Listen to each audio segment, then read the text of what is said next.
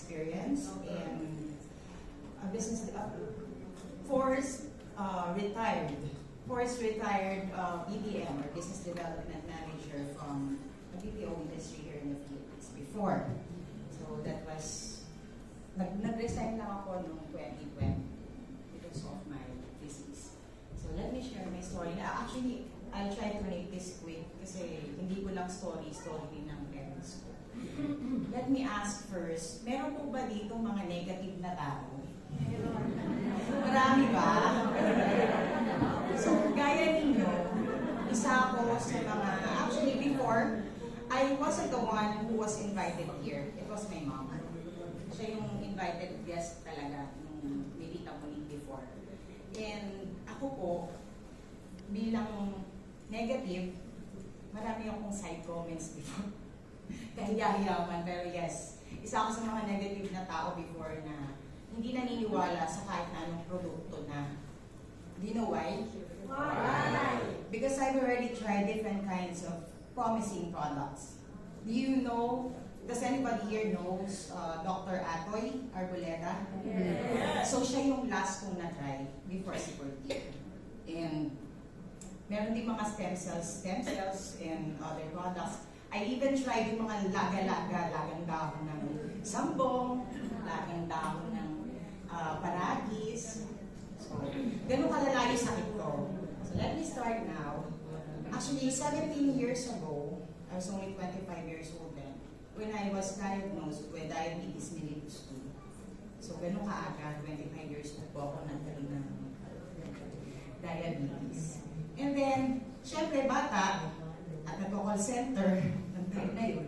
Isa ako dun sa mga tinatawag na call center pit na maraming bad habits. Naninigarilyo ako. Until now, actually, I'll be honest with you, until now, I smoke. Minom ako ng alak. And isa sa mga bad habits ko is Coke Zero. And until now, again, until now, vitamin C ko si Coke Zero. So, yun, diabetic ako. And hindi ko nararamdaman noon yung weight or yung bigat ng pagiging diabetic. Both of my parents, pero expected ko na magiging diabetic ako because both of my parents are diabetics also. So, mom and dad, sa side ng daddy ko, lahi, meron. Sa side ng mother ko, meron. So, nung time na na-diagnose ako, ang kapirin ko nun, okay lang, may diabetes ako, may gamot naman. Marami na ako pambili. So, gano'n, ang yabang ko nun, diba? So, gano'n lang yung nagiging thinking ko noon nung time na na-diagnose ako. And then, year after year, complications of diabetes hit me. Big time. As in big time. I was only 32 years old when, actually, at that time, I was on a board meeting and then I passed out. Na-revive ako, nasa ambulansya na ako. Pinadala na ako sa the medical city. And half part of my body, starting from my left face down to my left foot, hindi ko na siya magalaw. So sabi ng doctor ko sa akin, nung neurologist ko, you just had your first diabetic attack. So, pinagandang term niya lang for milestone. And then, doon po na naranasan yung wala talagang pakiramdam kahit anong gawin ko, kahit ang tawag doon, in-break na ako ng ang tawag doon, yung popsicle sticks. Ginagano na ako doon. Hindi ko talaga siya nararamdaman. So, nag-lay low ako sa work ko noon for a month. Before that, nung naka-recover naman ako, kahit pa paano, bumalik ulit ako sa pagtatrabaho. Kasi yun yung bread and butter ko. And then, it was year 2022, this last 2022, I was diagnosed with autoimmune disease, lupus. So, kung kilala niyo pong lahat, alam ko naman kilala niyo lahat si Chris Aquino. So, naging ganun na ako sa kanya. Ang tawag sa akin ng family ko, ng relatives ko, friends, walking dead na daw. Mukha na akong patay. And before I was diagnosed, lahat kagaya ng sabi ko kanina, lahat ng komplikasyon ng diabetes, nasakop ko na. I was diagnosed with multiple cysts all over my body, breast, liver, gallbladder, endometriosis, and naoperahan din yung left eye ko because of multiple cysts. So yun, nung nagkalupos, weight na ng sakit ko, kasi sabi ko nga sa mother ko, actually, mother ko and father ko, hindi ko pinapaalam sa kanilang lahat pag may sakit ako. Pero nung time na tinamaan na ako ng lupus, sila mismo, nakikita nila na yung pagbabago sa akin. I am actually a big girl before, but although may kote, ngayon wala. Biglang bumagsak yung katawan ko, as in, para na akong madideds. Para ako nauubos na kandila. So yun, nung time na nagkalupos na ako, hindi na ako makatayo, hindi na, pag tumatayo ako, hindi ako bumubulagta, nagkakaroon na ako ng mga seizures event noon, episodes. Kahit naglalakad lang ako kung saan, or sa kalma, kahit saan ako abutan, kahit nasa kalsada ako, hindi matay ako. And also, yung pamamanas, since ang dami kong iniinom na gamot, napektuhan na yung right kidney ko. And every time na naglalakad ako, yung manas ko umaabot hanggang dulo. So, paano ko nakilala si Perdier? Nakilala ko siya from Tita Moni. And then, she introduced us to machine. Sila yung unang gumamit. It was last year, October. Ano ba? October last year, when we purchased the product. Dahil negative akong tao, ayaw ko pa i-try nun. So, ang nag-try ng gamot is yung mama ko and papa ko. Sila lang. Until January 12, galing sinama nila ako sa Thailand. Going back here in the Philippines. Going back here in the Philippines, nasa airport pa lang ng Thailand. Yung manas ko, inireklamo ko na kala Tita Ludi, kala Tita Moni, kasi hindi na ako makalakad nung nasa airport pa lang ng Thailand. Pagdating dito sa Pilipinas, yung manas ko, umabot na hanggang tuhod, lagpas tuhod actually. So yun yung first time. That was only January 12 this year, bumalik tayo sa Thailand. So, anong ginawa ko? Hindi ko kasi pinapakita sa nanay ko kung mayroon ako iniinom na gamot. Pero dahil sabi niya, maganda daw yung Perdier, sige nga, try ko ako.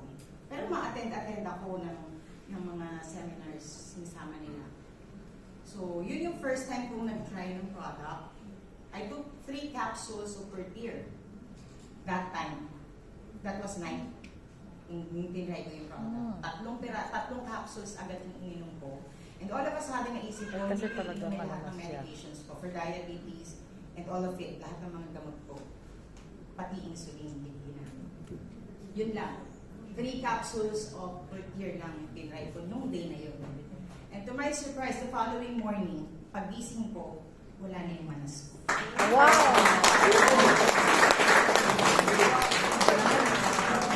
Hindi na ako namamanas. And ako kasi, since may lupus ako, every time na namamanas ako, alam niyo yung tsura ng mga sugat na parang nagtutusino na. Parang nagpapaltos.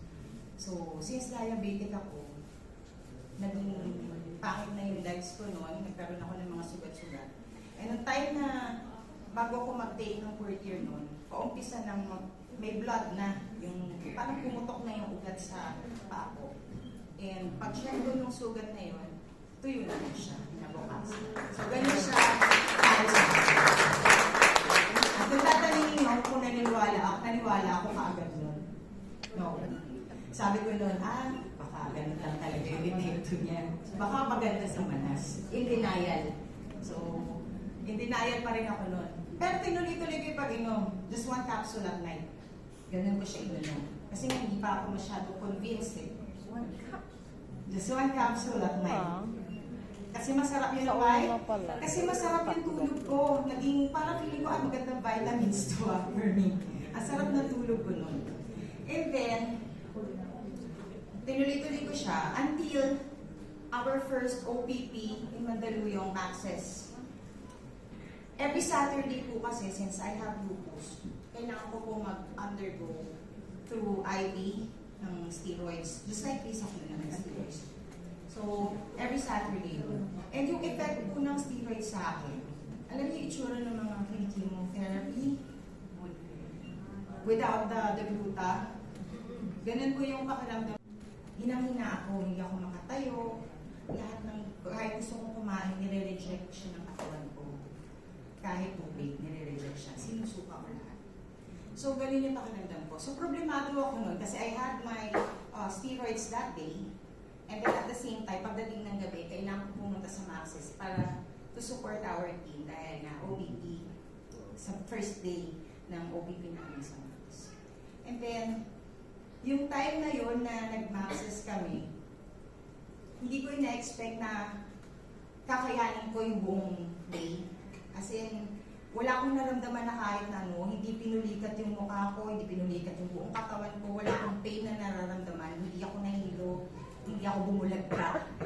In fact, we stayed there until Star Mall or the mall closes. Ganun kami katagal dun sa Star Mall hanggang sa magsarado para kami na yung nagsarado ng mall. So, ganun. Wala akong naramdaman nun. And then, tinutino ko na. Then, since yung father ko and yung mother ko, sila yung first na nag-try. 3 days after that, or 1 week, almost 1 week. Sabi ng mama ko sa akin, siya, ang ganda na ng blood sugar ng papa mo. Kasi yung father ko kasi at saka ako, para kami pasaway. Kami yung, kahit diabetic, umiinom kami ng soft drinks. Kami yung nagko-contest pa pagdating sa pataasan ng sugar. Kung siya umaabot ng 400, 450, ako po ang sugar ko is 550 to 600. And actually, I had 5 insulins. Oh my God. 5 insulins. 3 sa morning, 2 sa tanghali, 2 sa gabi. Grabe. So, yung isa doon kasi, yung isang klase doon is 3 times a day. So, bukod sa mahal, ang pakiramdam pag nag-insulin para kang nilalason. Na hindi rin naman bumababa yung sugar ko. Still, same pa rin yung sugar ko. Nag-550 pa rin ako. Swerte na pag bumaba ako ng 200 or 300, swerte na yun. Ganun na talaga yung tema ng blood sugar ko. And then, naintriga ako dun sa sinabi ng nanay ko. Kasi sabi ng mama ko, "Shek, ang ganda na ng sugar ng papa mo." Sabi ko, "Ilan?" Sabi niya, 100 na lang. So, gano'n kalaki yung derap na sugar ng papa. 450 down to 100. And, hindi ko alam kung ikakwento ko. Kasi hindi po ba ng climax? Kasi, ang father ko po kasi since diabetic siya, and meron din siyang, na-accidente po kasi siya before. So, may tama yung kanyang pelvic. And then, for 6 years, para sa mga kalalakihan dyan, nararanasan ng mga matatandang lalaki na nagiging impotent na sila. Wala na daw tayo-tayo. And then, they're on their way going to Mindoro. Kasi may attendance silang ganyan. Itong nanay ko, kung bakit of all people talaga nang kukwentuhan niya, ako pang anak. My goodness talaga. Precious.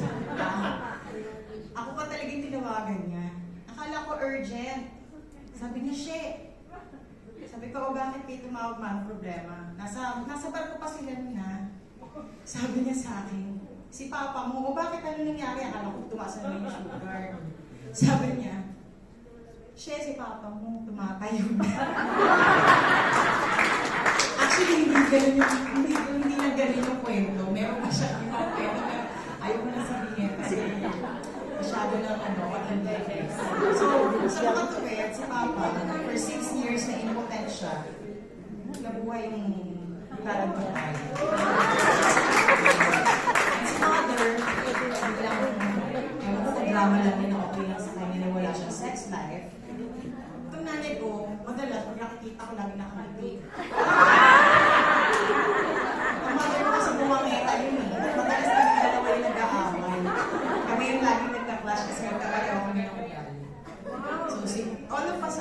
mother, biglang, she, tapos nakikita ko sila minsan. Although, before pa naman, kasi yung mom and dad ko talagang super sweet sila.